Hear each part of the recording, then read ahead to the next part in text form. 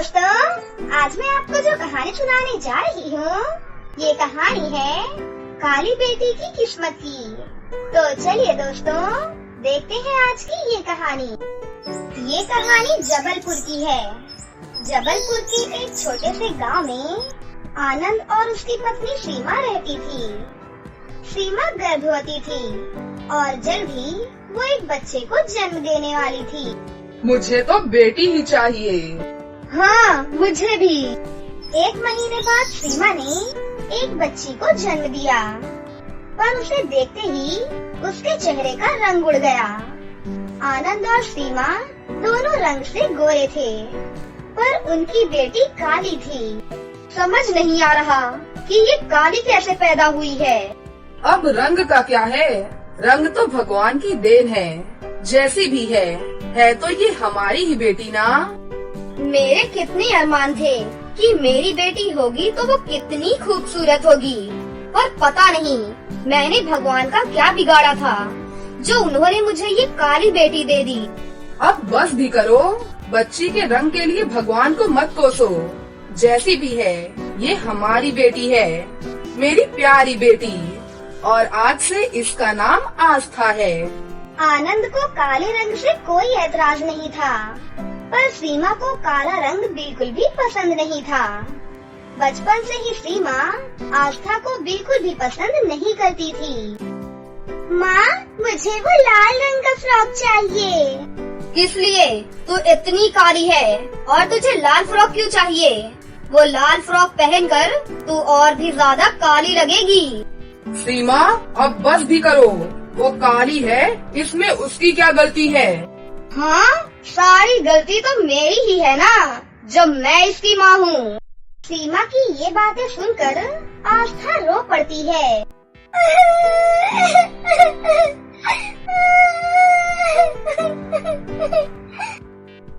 तभी आनंद उसे गोद में उठाकर उसे शांत कराता है, पर सीमा को वो एक आग भी नहीं भाती। खैर, 1 साल बाद सीमा ने एक और बच्ची को जन्म दिया।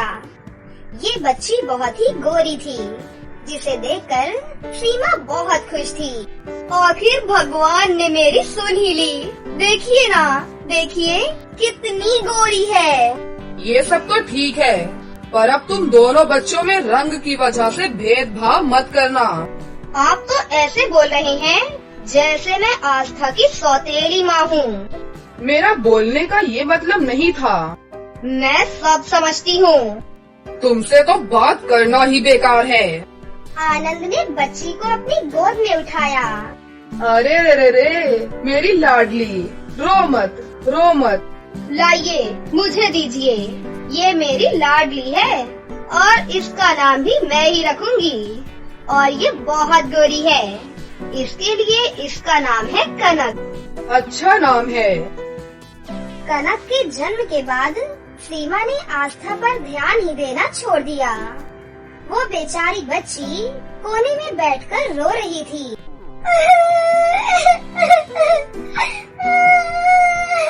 क्या हुआ बेटा, तुम रो क्यों रही हो? माँ ने मुझे डांटा। कोई बात नहीं। अच्छा ये बताओ, तुमने खाना खाया या नहीं? नहीं।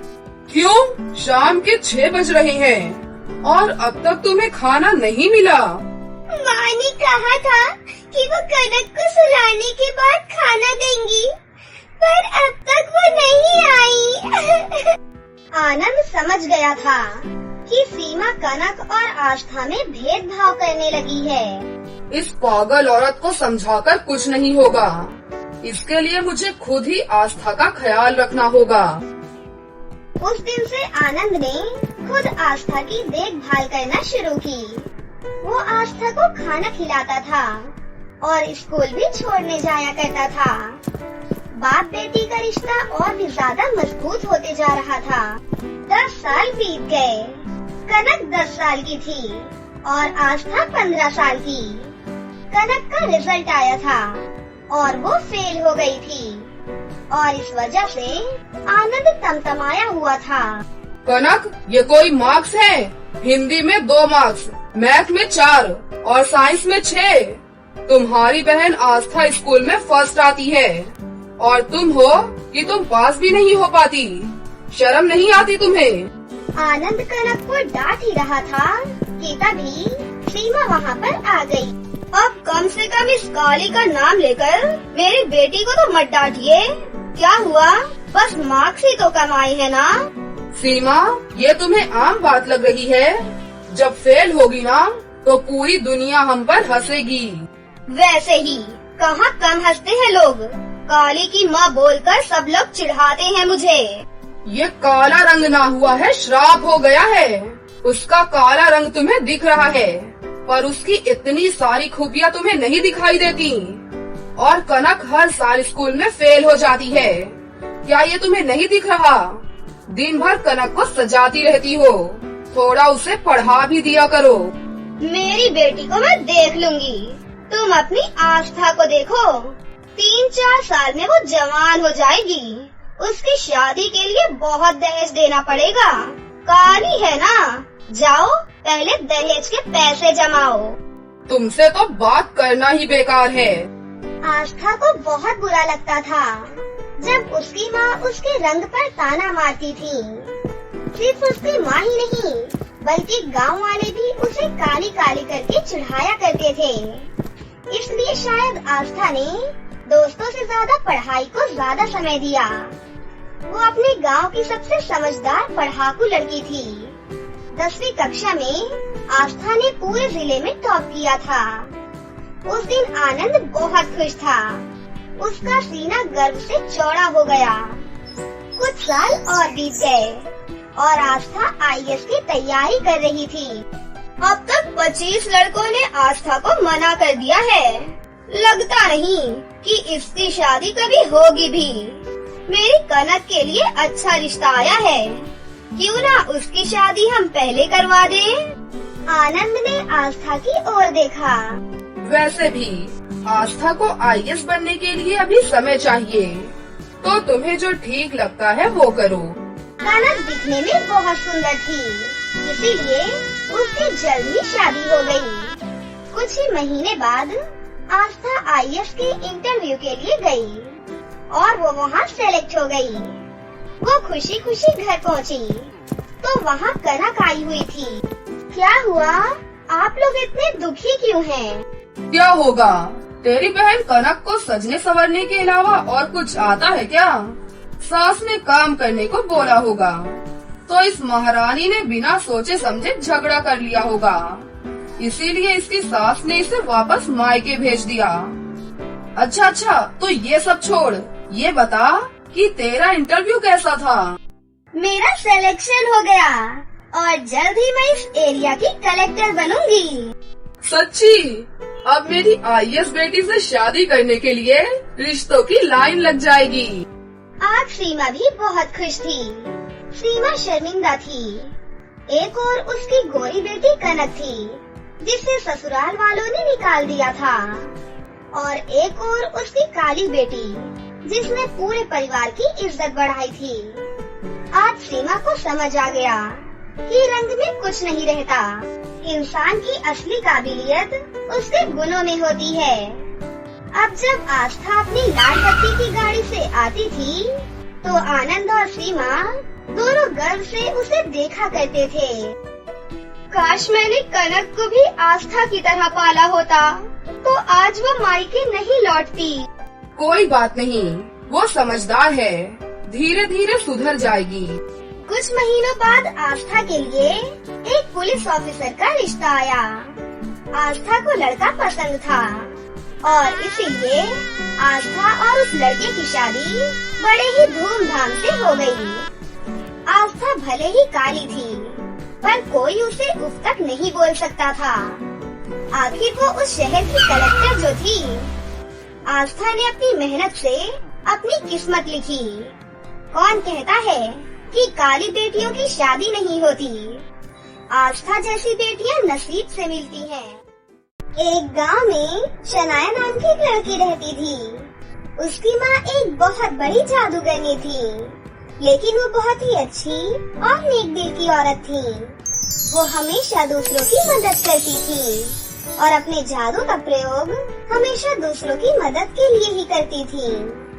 एक दिन गांव की एक बूढ़ी औरत उनके पास आती है और बोलती है, बिटिया, मेरी बेटी की शादी है बेटा। मैं बहुत गरीब हूँ बिटिया, मेरी थोड़ी सी मदद कर दो। ठीक है बुढ़िया माँ, आप बिल्कुल चिंता मत कीजिए, मैं आपकी मदद जरूर करूँगी।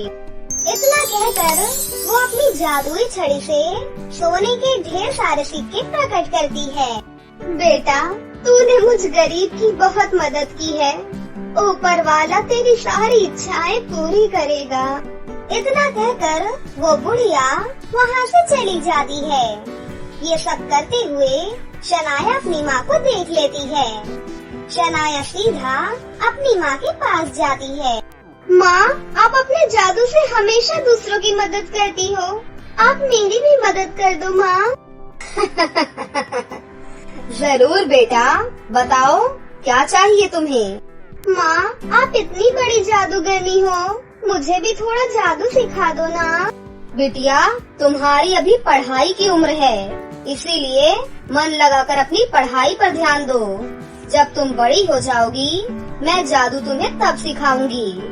अभी तुम ये सब नहीं सीख पाओगी बेटा। आप सीधा सीधा बोल दो ना माँ कि आप मुझे जादू सिखाना ही नहीं चाहती। इतना कहकर शनाया जोर जोर से रोने लग जाती है। उसकी माँ उसे रोता हुआ देखकर दुखी हो जाती है। रोना बंद करो बेटी, तुम्हें जादू सीखना है ना, मैं जरूर सिखाऊंगी, लेकिन एक शर्त पर। अगर तुम मुझसे वादा करो कि कभी भी तुम अपने जादू का गलत इस्तेमाल नहीं करोगी और हमेशा अपने जादू को दूसरों की मदद के लिए ही उपयोग करोगी।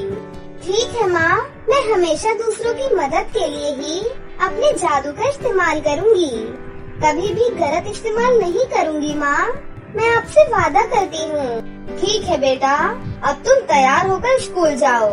स्कूल से आने के बाद मैं तुम्हें थोड़ा जादू सिखाऊंगी। शनाया खुशी खुशी अपने स्कूल चली जाती है और मन लगाकर पढ़ाई करने लगती है। स्कूल से आने के बाद उसकी माँ उसे जादू सिखाती है। इसी तरह काफी दिन बीत जाते हैं। शनाया अब थोड़ा बहुत जादू करना सीख चुकी थी। एक दिन स्कूल में, अरे शनाया, तुम्हारी माँ तो इतनी बड़ी जादूगरनी है, पूरे गांव की मदद करती है, तुझे भी तो थोड़ा बहुत जादू आता ही होगा ना। हाँ हाँ, और नहीं तो क्या, थोड़ा क्या, मुझे तो बहुत सारे जादू आते हैं, लेकिन मेरी माँ ने बिना वजह जादू का इस्तेमाल करने के लिए मना किया है। अरे, हम तुझसे कोई काम नहीं करवा रहे, लेकिन तू छोटा मोटा तो जादू दिखा हमें। सभी बच्चे जिद करने लगते हैं। शनाया प्लीज दिखा ना, शनाया जादू दिखा ना प्लीज। शनाया दिखा ना जादू, दिखा ना शनाया। शनाया दिखा ना शनाया। अच्छा ठीक है, रुको तुम सभी, मैं तुम्हें जादू दिखाती हूँ। शनाया अपनी जादुई छड़ी घुमाकर सभी बच्चों के लिए कपकेक प्रकट करती है। ये लो, ये सभी कपकेक सिर्फ तुम्हारे लिए, खा लो तुम सभी। सभी बच्चे कपकेक देखकर बहुत ही ज्यादा खुश हो जाते हैं और शनाया के लिए तालियां बजाते हैं। तभी एक लड़की बोलती है, शनाया एक और जादू दिखाना, ये बहुत अच्छा जादू था शनाया। शनाया अपनी जादुई छड़ी से एक लड़की को गायब कर देती है और थोड़ी देर बाद उसको वापस ले आती है। सभी बच्चे ये देखकर तालियां बजाने लगते हैं और शनाया की बहुत तारीफ करने लगते हैं। उसी की क्लास में एक माया नाम की लड़की पढ़ती थी। वो हमेशा दूसरों को देखकर सिर्फ जलती ही रहती थी। ऐसा भी क्या जादू कर दिया इसने, सभी बच्चे इसी के गुण गा रहे हैं। देखना, मैं इससे भी बड़ी जादूगरनी बनूंगी और सभी को अपने वश में कर लूंगी। फिर ये सभी लोग जो आज इसके लिए तालियां बजा रहे हैं, वो फिर मेरी तारीफ करेंगे। उसके बाद माया शनाया के पास जाती है और बोलती है, ओ शनाया, मुझे तुमसे कुछ बात करनी है, मेरे साथ बाहर आना। माया शनाया को लेकर वहाँ से बाहर चली जाती है। क्या बात है, क्या बात करनी है तुम्हें, बताओ। यार तू कितना अच्छा जादू करती है, मुझे भी कुछ सिखा दे। मुझे भी जादू सीखने का बहुत मन करता है। मैं भी एक बहुत बड़ी जादूगरनी बनना चाहती हूँ और तेरी माँ की तरह मैं सब लोगों की मदद करना चाहती हूँ। मुझे भी जादू सिखा ना शनाया। नहीं नहीं, मेरी माँ कहती है पहले हमें अपनी पढ़ाई पूरी करनी चाहिए, उसके बाद वो हमें जादू सिखाएंगी। अच्छा ठीक है, अगर तू मेरी मदद नहीं करना चाहती तो मत कर। तो मुझे ये जवाब देगी? मुझे बिल्कुल उम्मीद नहीं थी शनाया। अरे तू उदास क्यों हो रही है? मैं आज जाकर अपनी माँ से बात करती हूँ। फिर अगले दिन, सुनो माया, तुम शाम को मेरी माँ के पास आ जाना, वो तुम्हें आज जादू सिखाएंगी। शाम को माया जादू सीखने के लिए उनके घर आ जाती है। शनाया की माँ दोनों को जादू करना सिखाती है और माया भी थोड़ा बहुत जादू करना सीख जाती है। एक दिन, सुनो बेटी, मैं चाहती हूँ कि तुम दोनों भी बड़ी होकर गरीब और जरूरतमंद लोगों की सहायता करो। आज मैं तुम दोनों को एक ऐसी जगह लेकर जा रही हूँ जहाँ सिर्फ एक जादूगर ही जा सकता है। उसके बाद तीनों अपने जादुई झाड़ू पर बैठकर एक जंगल में चली जाती हैं। जंगल में एक पेड़ पर 2 सोने और चांदी के लहंगे के घर थे। शनाया की माँ उन दोनों लड़कियों को सोने वाले लहंगे के घर में लेकर जाती हैं, जहाँ पर बहुत सारी धन दौलत रखी थी। अरे वाह, कितनी सारी धन दौलत है। मैंने जिंदगी में कभी इतनी धन दौलत नहीं देखी। ये सारी धन दौलत हमें दूसरों की मदद के लिए ही उपयोग करनी है। हमें इस धन दौलत को अपने स्वार्थ के लिए कभी भी प्रयोग में नहीं लाना। उसके बाद शनाया की माँ उन दोनों लड़कियों को जादुई चांदी के लहंगे के घर में ले जाती है। उस घर में एक बहुत बड़ी जेल थी। अगर कोई भी जादूगर अपने स्वार्थ के लिए जादुई सोने के लहंगे के घर से धन दौलत लेकर चला जाता है और उसका इस्तेमाल करता है, तो ये चांदी का लहंगा घर उसे तुरंत सजा देता है और उसकी सजा से हमें कोई नहीं बचा सकता। इसीलिए तुम दोनों जादुई सोने के लहंगे घर की दौलत सिर्फ गरीब और जरूरतमंद लोगों की सहायता के लिए ही करना। आप बिल्कुल चिंता मत कीजिए माँ, हम बिल्कुल ऐसा ही करेंगे। हम हमेशा इस धन दौलत का उपयोग दूसरों की सहायता के लिए ही करेंगे। उसके बाद तीनों अपने जादुई झाड़ू पर बैठकर वापस अपने घर चली जाती हैं। वहीं माया उस जादुई सोने के लहंगे के घर के बारे में सोच रही होती है। अरे भाड़ में गया ये जादू वादू। अगर मेरे पास ये जादुई सोने के लहंगे की धन दौलत आ जाए तो मैं दुनिया की सबसे अमीर इंसान बन जाऊंगी। मेरे पास पावर होगी, मेरे पास पैसा होगा और दुनिया मेरे सामने झुकी ही रहेगी। अब मैं जल्दी से जाकर वो सारी धन दौलत उठा कर लाती हूँ। माया जादुई झाड़ू पर बैठकर फिर से सोने के लहंगे के घर के पास चली जाती है और उसके अंदर जाकर सारी धन दौलत इकट्ठी करने लगती है और अपना थैला लेकर वहाँ से भागने लगती है। माया को ये करते हुए जादुई चांदी का लहंगा घर देख लेता है। ठहर जा लड़की, इतनी आसानी से नहीं भाग सकती तू। तूने लालच में आकर सारी धन दौलत अपने पास रख ली है, तुझे इसकी सजा जरूर मिलेगी। आज तेरी खैर नहीं, भागने की कोशिश भी मत करना। उसके बाद जादुई चांदी का लहंगा घर उसे अपने अंदर खींच लेता है और उसे पकड़कर अंदर जेल में डाल देता है।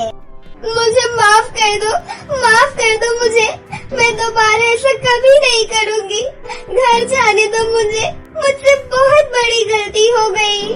लेकिन जादुई चांदी का लहंगा उसे माफ नहीं करता और सारी जिंदगी के लिए उसे जेल में कैद कर लेता है। वहीं शनाया बड़ी हो जाती है और अपनी माँ की तरह वो एक बहुत बड़ी जादूगरनी बन जाती है।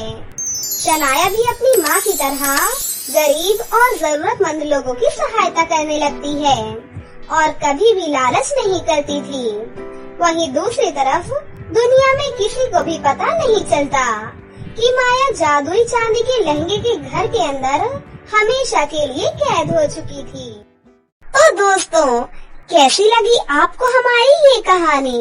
अगर आपको हमारी कहानी अच्छी लगी हो तो इसे जरूर लाइक करें, साथ ही हमारे चैनल को सब्सक्राइब भी कर लें और बेल आइकन को दबाना ना भूलें। मिलते हैं अगली वीडियो में। धन्यवाद।